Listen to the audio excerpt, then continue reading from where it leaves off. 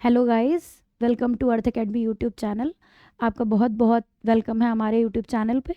आज हम लोग अपनी इस क्लास में 2024 में जो क्वेश्चंस पूछे गए हैं उनको डिस्कस करने का ट्राई करेंगे कि इस सीरीज़ में हम लोग जो भी नए क्वेश्चंस आए हैं उन्हें डिस्कस करें, जिसमें सबसे पहले जो हम लोग हैं वो एरर पोर्शन डिस्कस करेंगे। बहुत सारे पोर्शंस होते हैं, एरर होता है, इम्प्रूवमेंट, फिलर, वो कैप्स, बहुत सारे चीज़ें पूछी जाती हैं एसएससी में, जिसमें सबसे पहले हम लोग एरर वाला पोर्शन को कंप्लीट करेंगे। देखिए, 2024 में सिलेक्शन पोस्ट में पूछी गई कुछ एरर्स हैं आपके सामने, इन्हें डिस्कस करते हैं। पहला क्वेश्चन, फर्स्ट क्वेश्चन है, he has been watered the plants for 1 hour. कितना इजी क्वेश्चन है भैया। फॉर के साथ टाइम लगा हुआ है, तो हम लोग क्या करेंगे, सबसे आसान है, बिना कुछ सोचे समझे भैया फॉर के साथ टाइम लगा है। सिंस फॉर के साथ अगर टाइम लग जाए तो वो सेंटेंस कौन सा बन जाता है, प्रेजेंट परफेक्ट कॉन्टिन्यूअस। इस अकॉर्डिंग वाटर्ड को वाटरिंग कर दीजिए और हमारा स्टेटमेंट सही हो गया। ये तो वो आंसर हो गया जो हम लोग ने एक बार ही देख के तुरंत टिक लगा दिया, लेकिन हमारे कुछ बच्चे इसको थोड़ा सा डीप सोचेंगे, कहेंगे कि अच्छा मैम अगर ये काम करें, इसको हैज़ बीन वाटर्ड, ये तो पैसिव बना है, अगर टेंस देखा जाए तो ये भी सही है। फॉर प्लस नाउन के साथ इंडेफिनिट भी बन जाता है, परफेक्ट भी बन जाता है, परफेक्ट कॉन्टिन्यूअस तो बनता ही है। तो ऐसी कंडीशन में क्या हम नो एरर लगा सकते हैं क्या? देखिए, आप फॉर प्लस टाइम को देखकर वाटरिंग तो लगा ही रहे हैं, ये तो हमारा क्वेश्चन सही हो गया, लेकिन केवल आंसर जान लेना ये तो हमारा एम नहीं है ना अपनी क्लास का। तो ट्राई करते हैं कि इसमें क्या क्या पॉसिबिलिटीज़ हो सकती हैं और क्या क्या आंसर नहीं हो सकते हैं, एक बार उनको देखते हैं। चलिए, अगर इस पर्टिकुलर क्वेश्चन को देखें और इस पार्ट को देखें, हैज़ बीन वाटर्ड, तो क्या क्या आंसर्स हो सकते थे या क्या क्या पॉसिबिलिटीज़ बन सकती थी। चलो देखते हैं भाई। पहली पॉसिबिलिटी तो यही बन रही है जो आप देख रहे हैं, हैज़ बीन वाटरिंग लिख दिया, एक आंसर ये बन रहा था। एक और देखिएगा, क्या हम इसे, अगर हम इसे ऐसे बोले, सेकंड ऑप्शन यहां लिख देते हैं, अगर हम इसको हैज बीन वाटर्ड कर दें तो, जैसे हैड बीन वाटर्ड कर रहे हैं तो इसलिए ना कि ये पैसिव बन रहा है, हैज प्लस वर्ब की थर्ड फॉर्म का पैसिव बन जाता है, हैज बीन पर भी थी, तो हमने एक एज अ ऑप्शन इसको रख लिया। क्या ये ऑप्शन हो सकता है? एक और देखिए, क्या हम इसे ऐसे कर दें, वॉज वाटरिंग, वॉज के साथ भी तो आईएनजी आता है, क्या हम ये ऑप्शन ले सकते थे? एक और ऑप्शन देखिएगा, वॉज वाटर्ड कर दे, मतलब वर्ब की सेकेंड फॉर्म अगर हम इसको पास्ट इंडेफिनिट इमेजिन करें तो पास्ट इंडेफिनिट का पैसिव बना के वॉज वाटर्ड कर दें, तो एक ये ऑप्शन हो सकता था। और भी पॉसिबिलिटी हो सकती हैं क्या, has been watering, has watered, was watered. एक और, इसको क्यों ना वाटर्ड ही लिख दें, मतलब वर्ब की सेकेंड फॉर्म पास्ट इंडेफिनिट में बना दे। देखिए फिर से देखिए हम लोग क्या करने जा रहे हैं। ये बिल्कुल सही है कि फॉर प्लस टाइम लिखा है तो आपने हैज़ बीन देखा तो वर्ब की आईएनजी फॉर्म लगा दिया, बिल्कुल सरल सा आंसर है भैया। सेकंड ऑप्शन लगाया और आगे बढ़ गए और अपना नेक्स्ट क्वेश्चन देखा। लेकिन क्योंकि हम लोग इस क्लास में केवल आंसर जानने के लिए नहीं, आंसर तो आपको कहीं से भी मिल जाएंगे, तो इसको डिटेल में हम लोग अगर डिस्कस करें तो क्या क्या पॉसिबिलिटीज़ हो सकती हैं इस क्वेश्चन में, तो हमने 4 ऑप्शन 5 ऑप्शन बना लिए कि क्या ये ऑप्शन भी इनकी जगह पुट किए जा सकते थे। तो चलिए डिस्कस करते हैं। अब जैसे कि आप देख रहे हैं मैंने 5 ऑप्शन बनाए और हमारा सब्जेक्ट है ही सब्जेक्ट है, लिखा हुआ था he has been watered the plants for 1 hour. सबसे पहले तो हमें ये सेट करना पड़ेगा कि ये जो सेंटेंस है ये एक्टिव में होना चाहिए या पैसिव में होना चाहिए। एक्टिव पैसिव मतलब अगर सेंटेंस में जो लिखी हुई वर्ब है वो सब्जेक्ट प्लस डूअर दोनों की तरह काम कर रही है तो सेंटेंस एक्टिव में बनेगा, और अगर सेंटेंस में लिखा हुआ एक्शन का डूअर कोई और है और सब्जेक्ट कोई और तो पैसिव की तरह काम करेगा। तो सबसे पहले जैसे कि आप ये देख रहे हैं इधर की साइड दोनों पैसिव ऑप्शन दिए हैं, इधर वाले साइड तीनों एक्टिव में आंसर दिए हैं, तो सबसे पहले यही देख लेते हैं कि एक्टिव में बनेगा कि नहीं बनेगा या पैसिव में बनेगा कि नहीं बनेगा। तो ये हमने देखा यहाँ पर हैज़ बीन वाटर्ड लिखा हुआ था। अब हैज़ बीन वाटर्ड लिखा है तो हमने, तो ये तो पैसिव बन रहा है, या सब्जेक्ट वाटर देने, प्लांट्स में वाटर देने का सब्जेक्ट तो ही पर्सन है, लेकिन क्या वाटर देने का एक्शन परफॉर्म करने वाला भी ही पर्सन है, मतलब क्या डूअर भी ही पर्सन है या डूअर कोई और है। थोड़ा सा इस चीज़ को थोड़ा सा और डिटेल करते हैं, मे बी हो सकता है आपको डाउट हो जाए यहाँ पर। देखिएगा, जैसे लिखा है राम प्लेज क्रिकेट, एक्टिव में लिखा है, आप सभी को पता होगा। यहाँ पर प्ले वर्ब है और वर्ब के पहले जो कुछ भी आया है वो सब्जेक्ट है भाई, ठीक, कोई दिक्कत नहीं। अब क्योंकि इस सेंटेंस में वर्ब प्ले है तो हमें बस ये देखना है कि वर्ब को परफॉर्म करने वाला भी राम है या नहीं। राम प्लेस क्रिकेट, कौन खेल रहा है? राम ही खेल रहे हैं भैया, तो ये सब्जेक्ट तो है ही, डूअर भी है। लेकिन अगर हम इसका पैसिव बना दे, इतना इजी क्वेश्चन इसलिए लिया है क्योंकि पैसिव बनाना बहुत ही आसान था, तो cricket cricket is played by Ram.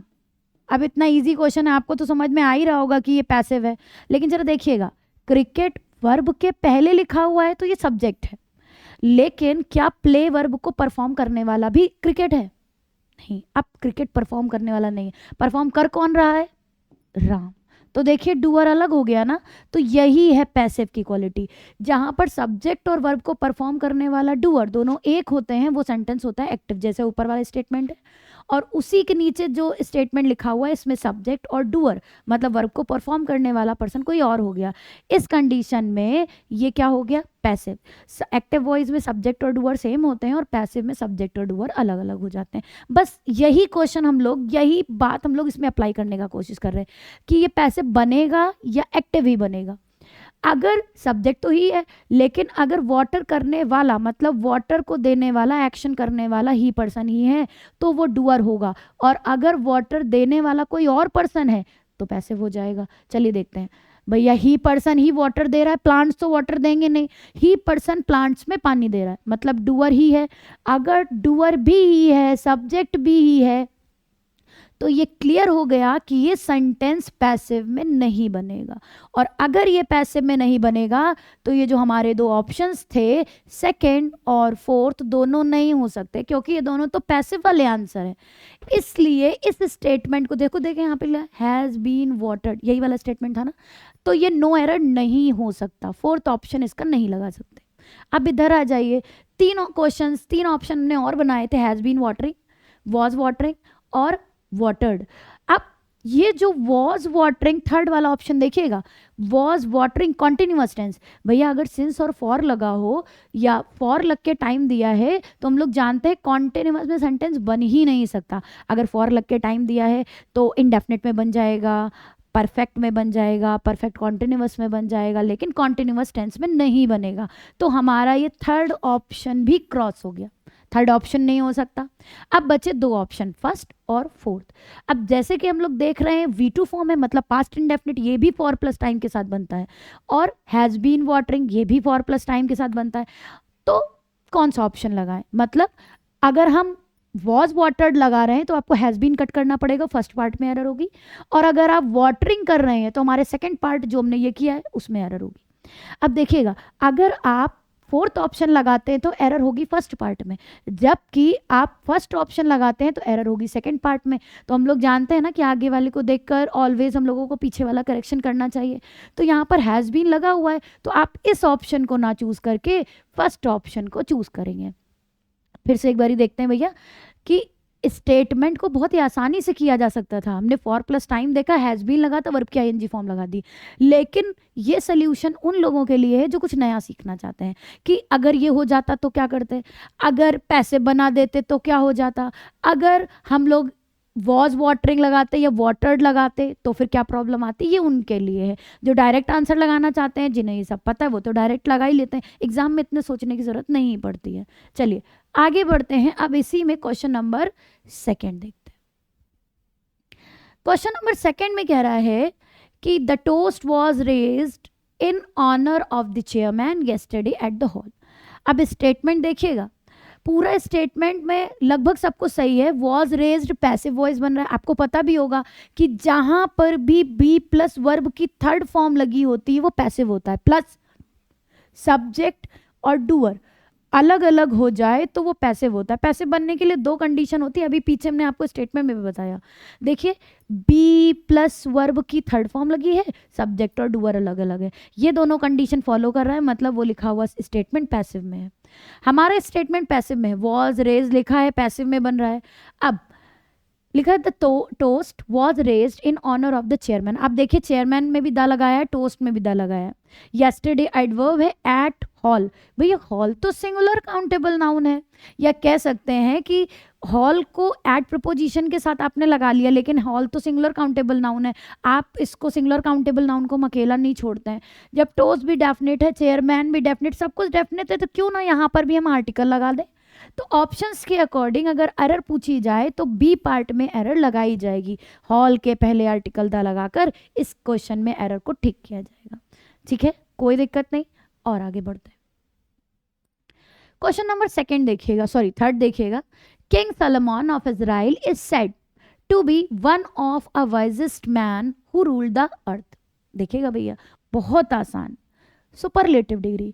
और हम लोग जानते हैं, आप सभी जानते हैं कि सुपरलेटिव डिग्रीज लिखी हो या फिर कोई ऐसा वर्ड लिखा हो जो रिवर या लेक वगैरह को दिखा रहा हो, माउंटेन को दिखा रहा हो, तो हम लोग सभी जानते हैं, या ऑर्डिनल नंबर लिखे हो तो इनके पहले आर्टिकल ए नहीं आर्टिकल द का यूज किया जाता है ना। बहुत ही आसान। सुपरलेटिव डिग्री लगी थी, आपने आर्टिकल द लगा दिया। आपने एडजेक्टिव और आर्टिकल्स में पढ़ा होगा ये। आगे बढ़ते हैं। क्वेश्चन नंबर 4 देखिएगा, बहुत ही अच्छा क्वेश्चन है। क्वेश्चन देखिएगा। He was consulted, was helping verb है, कंसल्टेड मेन वर्ब है। ही was consulted seldom by his colleague while making important decision on financial matters। देखते हैं क्या इसमें एरर है।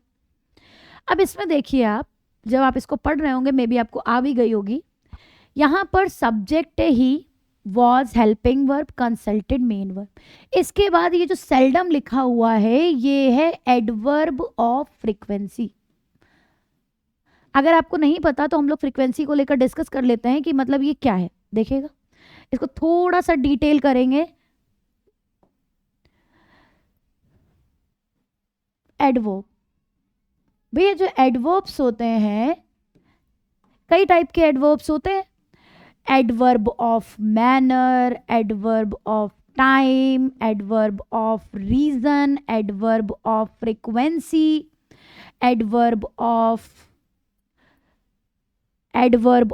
प्लेस, एडवर्ब ऑफ डिग्री, बहुत सारे होते हैं एडवर्ब, एक्सेट्रा बहुत सारे एडवर्ब्स होते हैं। लेकिन जो हमारा क्वेश्चन है और जो सेल्डम आया है वो एडवर्ब ऑफ फ्रीक्वेंसी है। तो सब तो नहीं डिस्कस कर पाएंगे, लेकिन हाँ एडवर्ब ऑफ फ्रीक्वेंसी को डिस्कस कर लेते हैं। तो चलिए सबसे पहले हम लोग देखते हैं क्या है ये एडवर्ब ऑफ फ्रीक्वेंसी।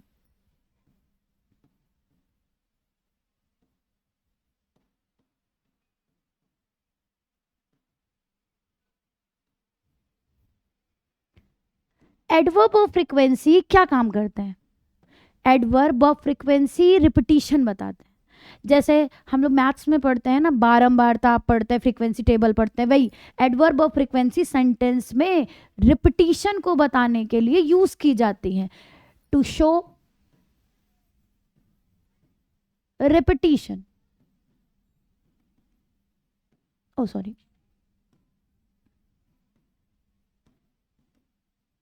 रिपीटिशन को शो करने के लिए एडवर्ब ऑफ फ्रीक्वेंसी का यूज करते हैं। अब ये जो एडवर्ब ऑफ फ्रीक्वेंसी होती है, 2 टाइप्स होती हैं। कौन कौन सी हैं देखते हैं भैया। फर्स्ट इज, पूरा पूरा नहीं लिख रहे हैं अब हम, देखिएगा। First is definite frequency. Definite frequency क्या है भैया? डेफिनेट फ्रीक्वेंसी नाम से ही समझ में आ रहा है ना, जो डेफिनेट चीजों को रिप्रेजेंट करेंगे उन्हें डेफिनेट फ्रीक्वेंसी कहते हैं। कौन कौन सी होती हैं डेफिनेट फ्रीक्वेंसी?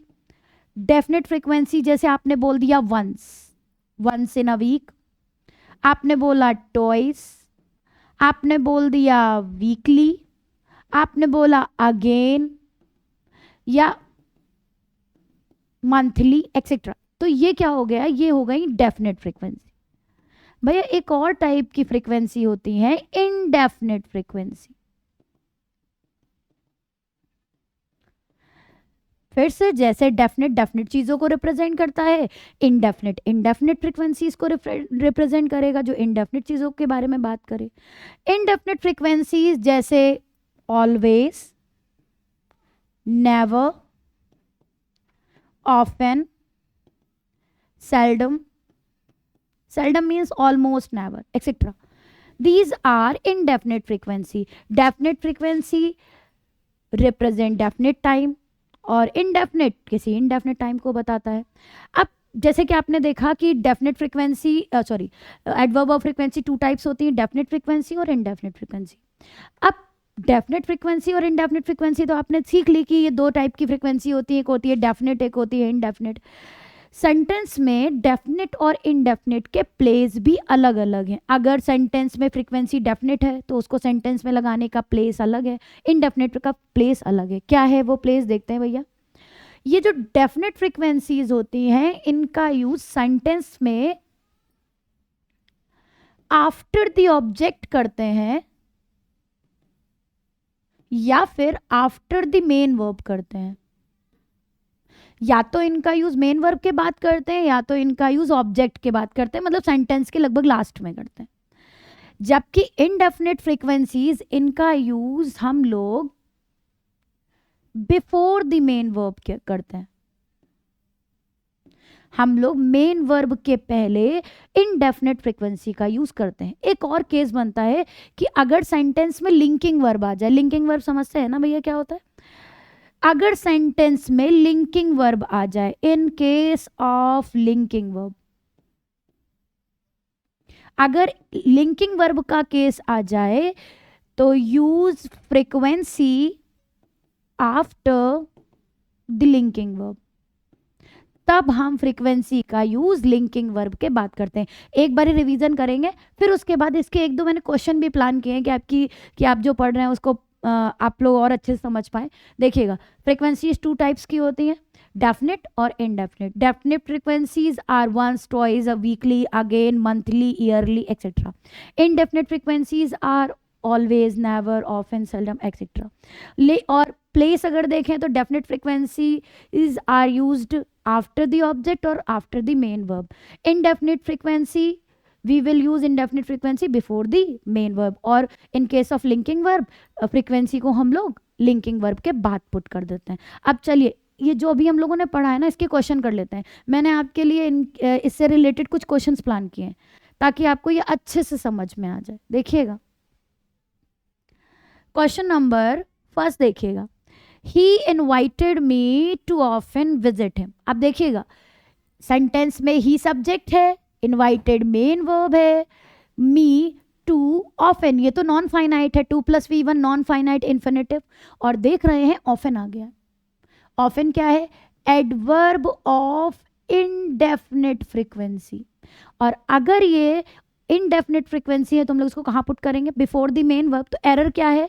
ऑफन को यहाँ से उठाएंगे और before the main verb put कर देंगे और हमारा स्टेटमेंट सही हो गया. एक और देखिएगा, ही ऑलवेज कम्स ऑन टाइम. क्या आप बता सकते हैं कि इसमें ऑलवेज कौन सी फ्रीक्वेंसी है? Adverb of indefinite frequency. कहाँ पुट करते हैं इसको? हम लोग पुट करते हैं बिफोर द मेन वर्ब. और जैसे कि आपको पता होगा, कम्स यहाँ पर मेन वर्ब है और मेन वर्ब के पहले आई है, मीन्स क्वेश्चन इज करेक्ट. सही है क्वेश्चन. क्वेश्चन 2 देखिएगा, ही इज हैप्पी ऑलवेज. अभी तो हम लोगों ने देखा था कि ऑलवेज एडवर्ब ऑफ फ्रीक्वेंसी है, वो भी इनडेफिनेट फ्रीक्वेंसी, तो before the main verb put करना है. लेकिन आप देखिए यहाँ पर जो हमारी वर्ब है वो इज है और इज तो लिंकिंग वर्ब है और हैप्पी एडजेक्टिव की तरह यूज किया जा रहा है. तो आप क्या करेंगे? लिंकिंग वर्ब के केस में एडवर्ब ऑफ फ्रीक्वेंसी को after the linking verb put करते हैं. ऑलवेज उठाइए और इन्हें लिंकिंग वर्ब के बाद पुट कर दीजिए. ठीक है. अब क्वेश्चन नंबर 4 देखिएगा, Rahul has seldom such doubts. Seldom मिला आपको. Seldom adverb of indefinite frequency. जैसा कि हम लोग जानते हैं कि एडवर्ब ऑफ इनडेफिनेट फ्रीक्वेंसी को हम लोग मेन वर्ब के पहले यूज करने वाले हैं. तो 2 मिनट ले लीजिए, इसको सॉल्व करिए और आंसर बताइएगा.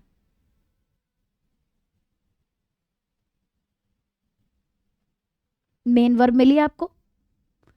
देखिएगा इस स्टेटमेंट में Rahul has seldom such doubts. Such doubts तो नाउन फ्रेज बनाएगी और यहाँ पर लिखा है हैज के बाद वर्ब की थर्ड फॉर्म है क्या? नहीं. इसका मतलब ये हेल्पिंग वर्ब, ये परफेक्ट नहीं है, ये इंडेफिनिट बन रहा है. और यहाँ पर हैव ही मेन वर्ब है.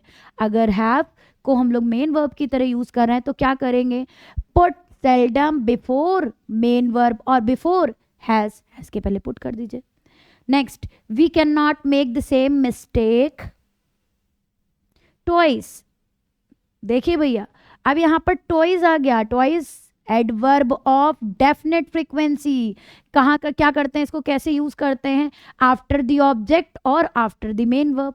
We can not make verb the same mistake object, देखो ऑब्जेक्ट के बाद रखा है, सेंटेंस इज करेक्ट, सही है सेंटेंस। अब इतना डिटेल में जो मैं आपको पढ़ा रही हूँ, मैं तो आंसर बता सकती थी कि भाई मैंने आंसर बता दिया और हम लोग नेक्स्ट क्वेश्चन में मूव कर जाते, लेकिन ये तो पर्पस नहीं है, हमारी क्लास का पर्पस है कि हम लोग एक एक क्वेश्चन को बहुत डिटेल में पढ़ें ताकि जो रूल्स हैं वो क्लियर हो सकें और स्टेटमेंट और नए स्टेटमेंट्स को भी हम और अच्छे से कर पाएँ। तो क्वेश्चन नंबर 4 देखिए, आपको दिख गया होगा, आप सेल्डम, और आपको पता चल गया होगा कि इसमें क्या करना है। 2 मिनट लेके आंसर दीजिए।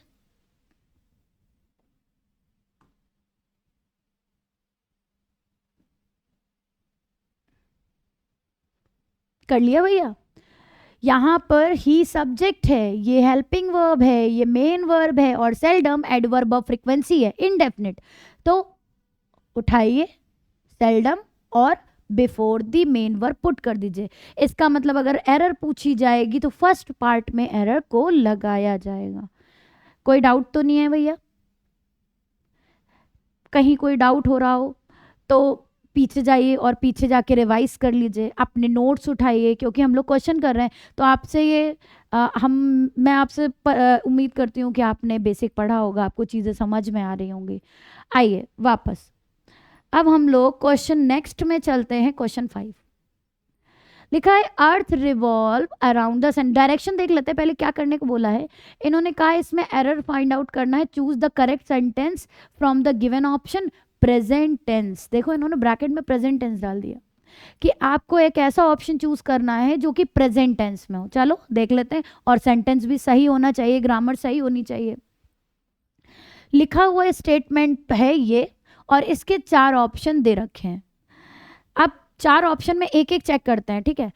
अब 4th ऑप्शन से स्टार्ट करते हैं। अगर 4th ऑप्शन सही था तो आर के साथ रिवॉल्व नहीं होना चाहिए था, या तो आर के साथ कॉन्टिन्यूअस टेंस बना देते, प्रेजेंट कॉन्टिन्यूअस रिवॉल्विंग कर देते तो मे बी ग्रामर सही हो जाती। फिर उसके बाद या तो आप इसको पैसिव बना देते, आर रिवॉल्व कर देते, लेकिन यहाँ तो आपने टेंस का ही सही यूज नहीं किया है, तो हमारा ये 4th ऑप्शन गलत हो गया। ट्राई करिए जब भी एग्जाम में क्वेश्चन करें तो ऑप्शंस को एलिमिनेट करके सही आंसर पाने का ट्राई करें, क्योंकि इससे हमारा जो हम क्वेश्चन कर रहे होते हैं उसके करेक्ट होने का परसेंटेज बढ़ जाता है। 3rd option, earth revolve around the sun.